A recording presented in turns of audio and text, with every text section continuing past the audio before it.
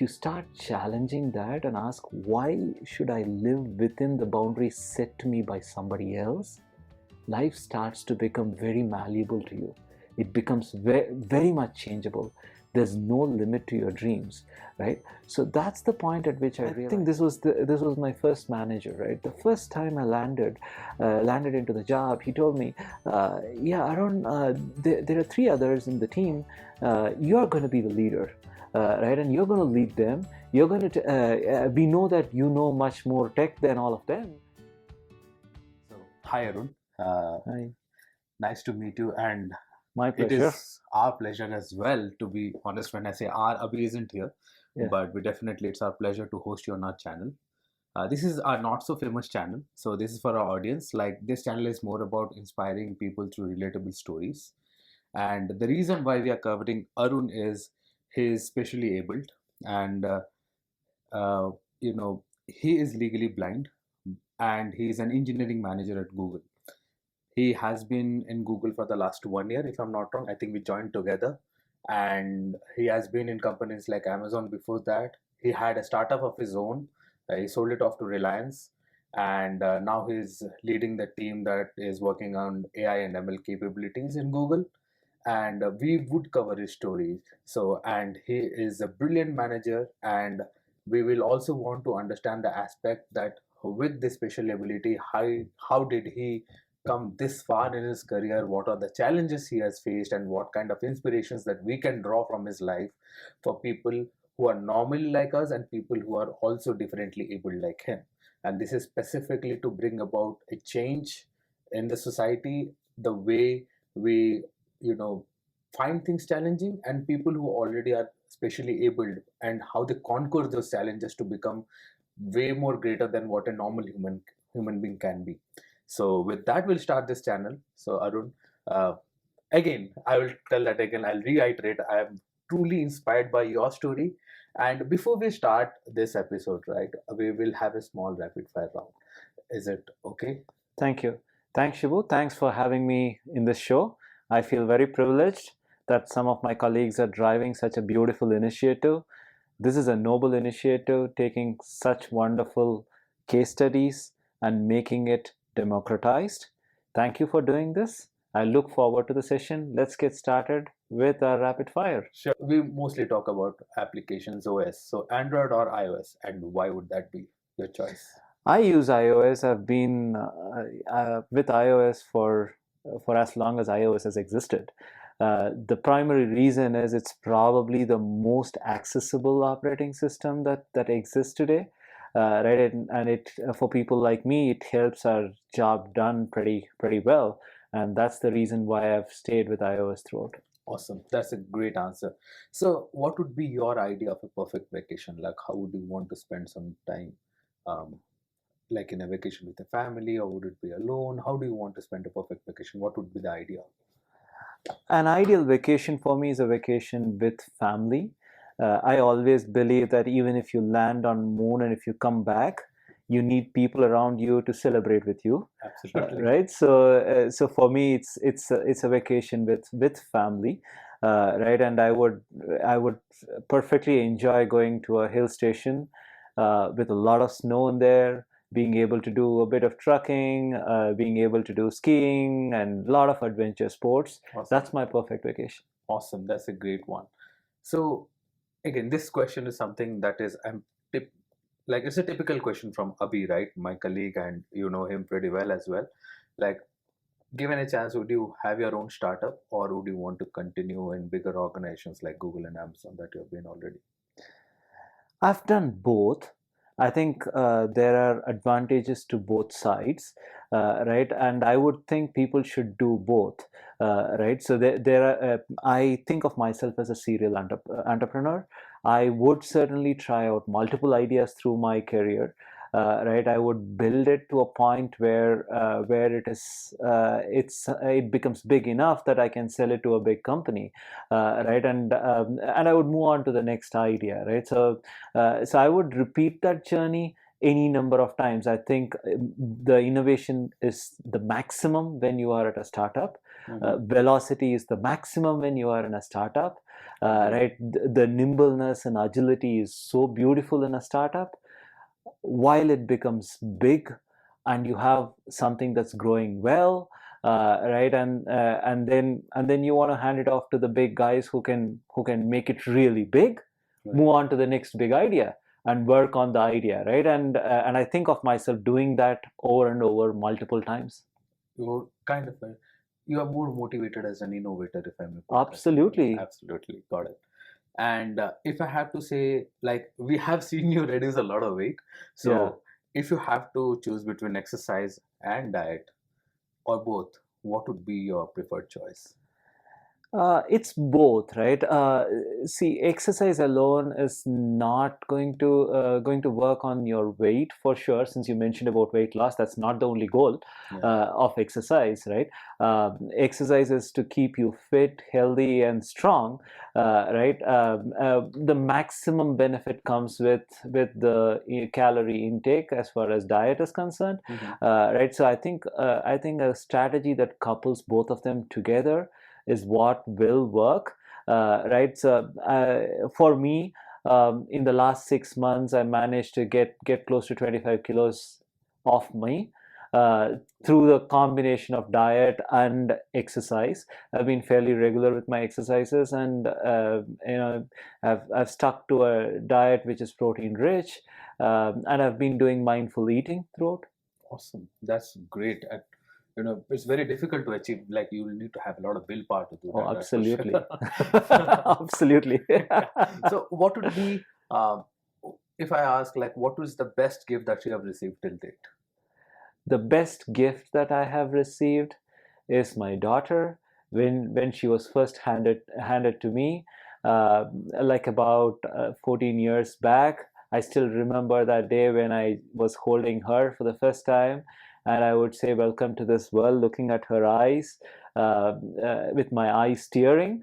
I cannot think of anything bigger than that as a creation that I've celebrated so far. Awesome, awesome. And we being techies, right? Many a times we have equipments that are non-tech, but we appreciate it a lot. That for me, if you ask me what is the best non-tech equipment I have is a cycle. Like, what would be your idea of the most, celebrated non-tech equipment that you have at home? Sure. I would name three books that I read over and over and over again, Okay. right? From the first time I started reading, right? The first one would be The Intelligent Investor by Oh, Benjamin Benjamin. Graham. Yeah, beautiful It's a book. It beautiful it book. introduced me to the world of investing, and from then on, I've been a very passionate investor, right? And I still enjoy any time I feel a little low, I go back to this book and connect with it. It makes me feel very good to think about alternate streams of income, the ways by which you could let money do the work for you. Right? It's a fun book to go read. The next book I would recommend would be Blue Ocean Strategies by Kim. It lets me think really out of the box. Right? When I was doing my startup, I would always want to think about how would I expand the market? How would I expand the pie Mhm. rather than having to compete? How would I differentiate myself, right? And this Right. book was very handy, right? And there's one other book which is a very famous book, which is Think and Grow Rich by Napoleon Hill, right? Yes, yes. That's like a monumental book, right? It alters your thinking of life. It puts a purpose to life. It lets you think clearly about life. I think these three books, I read them over and over. Every time I read, I get a lot of value out of them.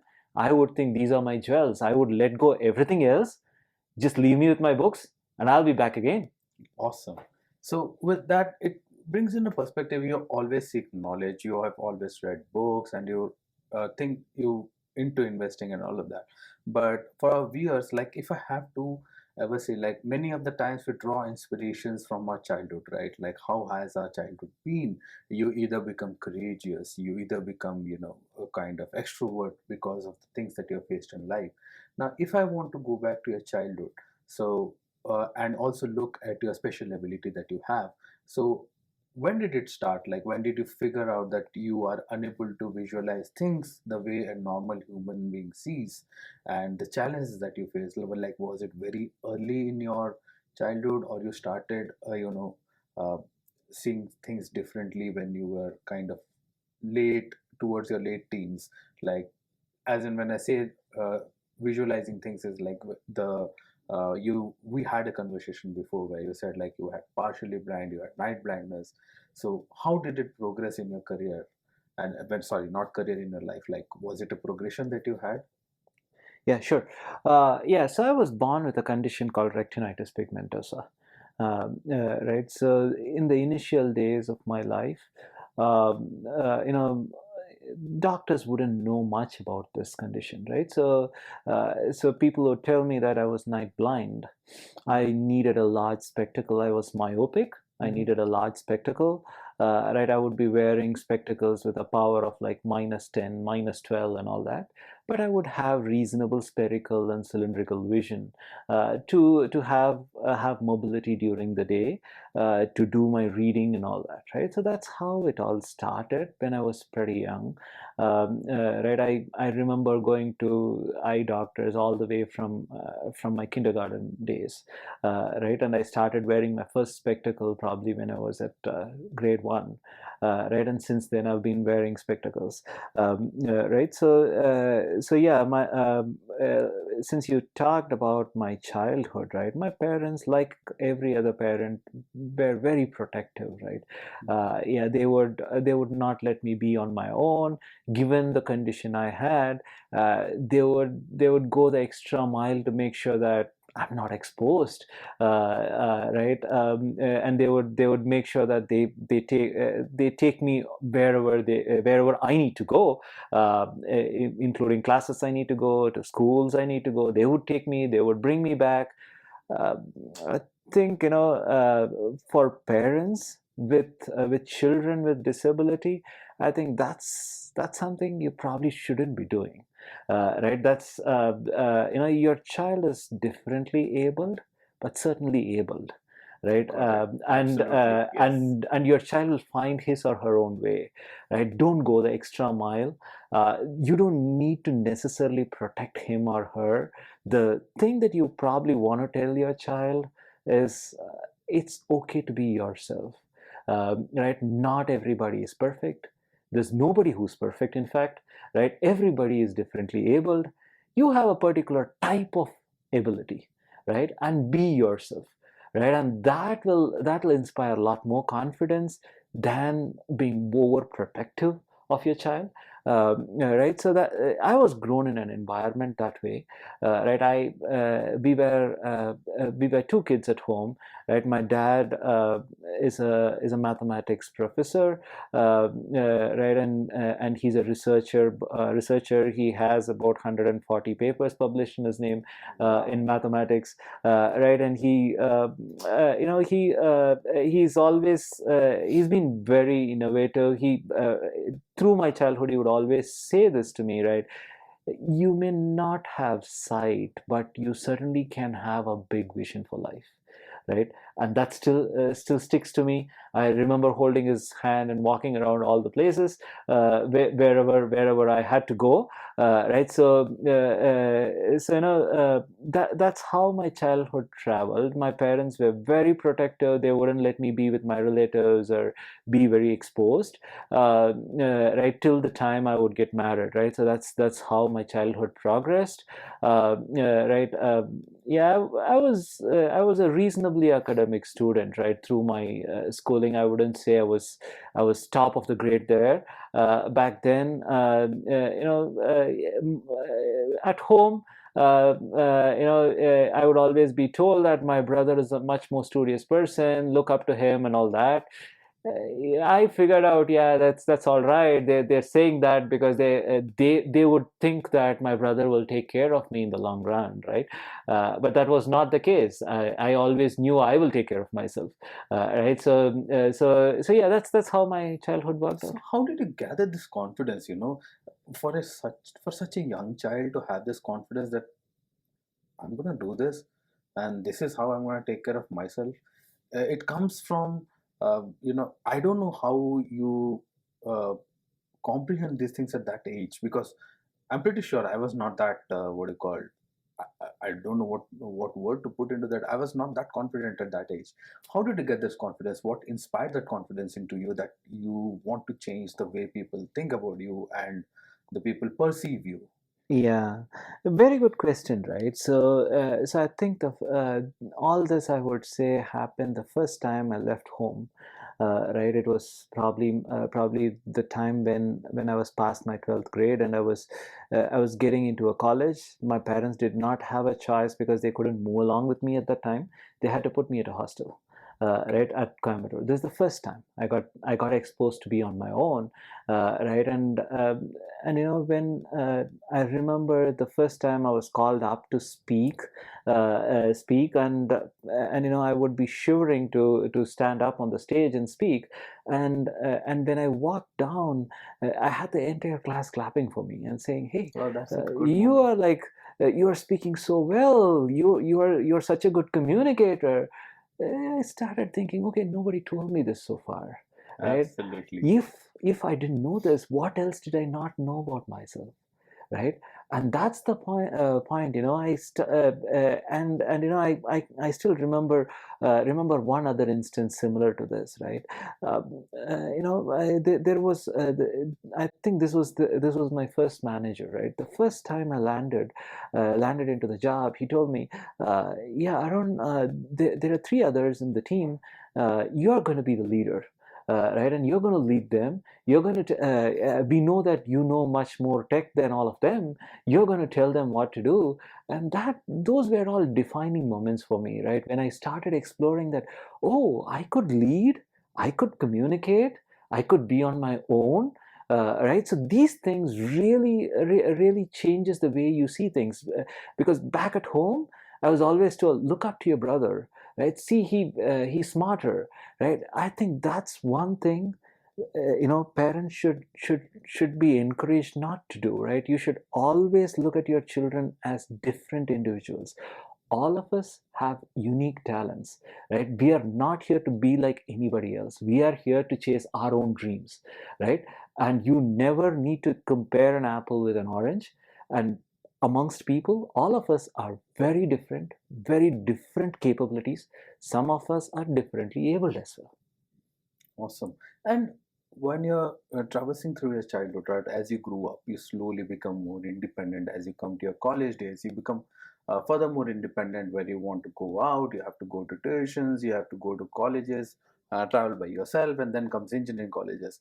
So, where was the point in your life when you said, like, this is where my parents supported me, now I'm on my own, I'm going to do things my way, and change my life the way I want it. Like, there is one part when in your childhood when you have been supported by your parents, as you said, most of the time to places.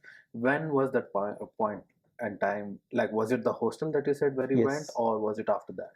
Is the first time I came out of home, right? That was the first year of my college, pretty late, right? That's when I Hmm. came out. What I realized was there's so much support available from others, right? That's the first time I realized that, oh, more than 95% of the people are good. They really are empathetic. They support you. All Absolutely. you need to do is ask for help. Where you go, you can go do anything the way you want to do it, right? The way you do it may be different. What you want to do is you can do anything and everything, Right. right? So that once I started realizing that, and I think those days I also read a book by Steve Jobs which said, I still remember that quote, right? If you think of life like having defined boundaries, you will live within it. If you start challenging that and ask, why should I live within the boundaries set to me by somebody else? Life starts to become very malleable to you. It becomes very much changeable. There's no limit to your dreams, right? So that's the point at which I realized, hey, yeah, I can't see. What's the harm in telling people I can't see? What's the harm in Absolutely. asking people, hey, I can't see. Can you take me from point A to point B? What's the harm in asking for this help? Absolutely. There's no harm in asking for this. And what I further realized was, when you are honest and upfront and asking for help, there are a lot more people willing to help you. Right. Go for it, and that opens up doors to be to go anywhere, do anything the way you want it, and chase your dreams. Great, great. And when you come to your graduation, right, undergrads and grads, life changes there completely. So, from the time you study till your placements, I believe that you would have got also a placement, similar placement like we all have gone through. Yeah. How was your journey there? As in, when you sit in those placements, how difficult was it again, competing through the normal process, and being especially able, what was there a apprehension that you had, and how did you overcome those apprehension, if there was? I believe, looking at you, there would not be any apprehensions at all. You Yeah. would be like very confident, but still I asked because I thought it will be a good one to ask, because I have encountered at times, people are apprehensive, that they feel like they are a little bit underwhelmed when they have a special ability. But how did you overcome those challenges in life? What made you overcome those challenges time and again, every time encountered those scenarios? Okay, so I think it's a broader question, right? So how should differently abled people approach employers, Yes, right? That's probably what you want to ask here, absolutely. right? So now, see, when I was doing campus, I wouldn't be classified as a completely differently abled person at that point in time, Hmm. right? I did have reasonable vision during the day, right? Reasonable vision during the day, and I remember this, I did not sit for many campus interviews. This was the second day of the campus placements when it was opened up, right? This I just went. I did pretty well with the test, and then I was called for a group discussion. I aced there, and I got a job. It went through pretty smoothly, right? I was Wow. fairly confident there as well. I didn't find it difficult, right? But to be very specific about your question, right? I went through a journey where initially, like I told you, I was night blind for a reasonable period. I was called a night blind person for a reasonable period of time that probably would have extended till the time I had my first job, right? And subsequent to that, I became partially blind, which essentially meant I couldn't see on the sides, right? Peripheral Peripheral vision. vision is gone. Vision was not there. That was like another 10 years or so, right? And then came a point where the central vision was not there, right? Which essentially was taking me into the low vision category. Now I got by the time I was applying for Google, I was like 80 to 90% blind, right? Which is legal blindness, right? As far as India is concerned, it is legally blind, right? So what did I do with let's take the most recent example, right? What did I do with Google, right? When Google approached me, I was doing my startup, right? And then I had it turned over to Reliance, and I was working with Reliance to for on their AI platforms there. Google approached me at that time to find out if I would be interested in working for Google. The first thing I told them was, "See, I am a differently abled person. I have uh, a blindness to a tune of 80 to 85%. Are you really interested in talking to me?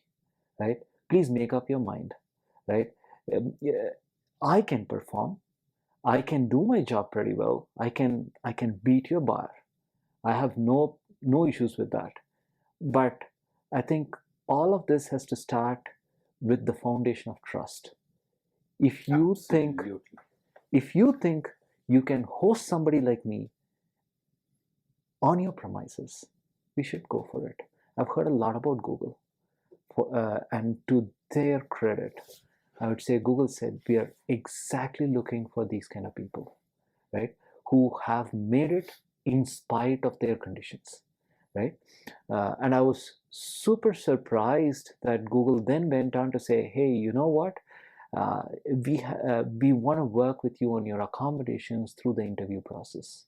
They asked me what kind of accommodations you need. I told them, you know what? I am a blind person. Through the interview process, don't expect me to type or don't expect me to quickly write up something and show you stuff while I am in the interview. I think that was taken up pretty well, right? So instead of the 45-minute time frame, I was given an hour. I never needed an hour, right? All the writing stuff for designs and code and all that, I was allowed to use my iPad with a pen and an iPad where I was comfortable with. I was asked for which tools I was comfortable with. They made sure that the arrangements were perfect so that I didn't feel an inch uncomfortable, right? Wow. Throughout the process. That was the biggest reason why I decided I will go work with Google for a little while, because of the experience I got, right? And it was like they took their time. I was interviewed for close to 8 months or so, right, through the process, right? So multiple interviews, the Google process, Yeah, right? yeah. Multiple interviews, Multiple. right? So yeah, after all the interviews are over and they were going to offer me, I double checked one more time, right? Do you think you want me to talk to any of your hiring managers? Be clear about what they're signing up for. The recruiter said, no, we are hiring you for the skills you bring to the table, Awesome. not for who you are medically, right? And those were the turning points for me, right? And then, to my surprise, Google also went on to interview support assistants for me, right? They were going to go look out for the best possible support assistant who can come on board to support alongside me. This was the deal breaker, right? I said, okay, this is the company I'm going to go work for. I moved in there, right? So I think the most fundamental thing is, for people who have any differently abled condition, right? The most important thing is, don't pretend like anybody else. Be honest. Say who you are. That's your identity. Not having vision is my identity. It doesn't stop me from doing anything, right? I do travel, I do work, I enjoy my work, I do everything, right? I would express my identity on day one when I engage with a new manager or a new employer, or for that matter, when I used to hire my employees for my startup, I would tell them, this is my condition. When you come here, you will be expected to read out your responses to emails, or you may have to read out what's on the slides to me, right? Because I can't see. And if that's something, that's all right. Come be part of it, right? And there's been nobody who has turned down an offer because they couldn't work for somebody like me, right? And in the marketplace, when you have your own business, you visit your customers, you speak to them, right? And before you go there, you let them know ahead of time that, hey, I have a vision condition. I will be coming with an assistant. Please help me with sufficient lighting for me. Please give me a place where I can feel comfortable. Get all the arrangements done ahead of time. Be there. Every customer is interested in your service, not your medical condition. They'll be more than happy to consume your services as long as you are competitive in the marketplace. So Absolutely. I don't think any of the medical conditions are going to hold anybody back. Right. Absolutely. This is again for people who want to take inspiration from his life, right? Because when he joined, I was truly inspired when I heard about his medical condition and him reaching at this level. As in, it's an honor, sir. As I speak to you every Thank day, I you. keep saying that to you. As in, it's a complete honor for me to sit alongside you and talk about these things. And thanks for Absolutely. sharing your story as well. Absolutely. Now that we have covered your schooling, right? We will move on to the next episode. That will be episode 2, where we'll be covering your, career, professional career, Sure. how you started, how you did not, and that we'll do that in episode 2. Sure. For now, we will edit here, and we'll Thank you. move on to episode 2. Thank you.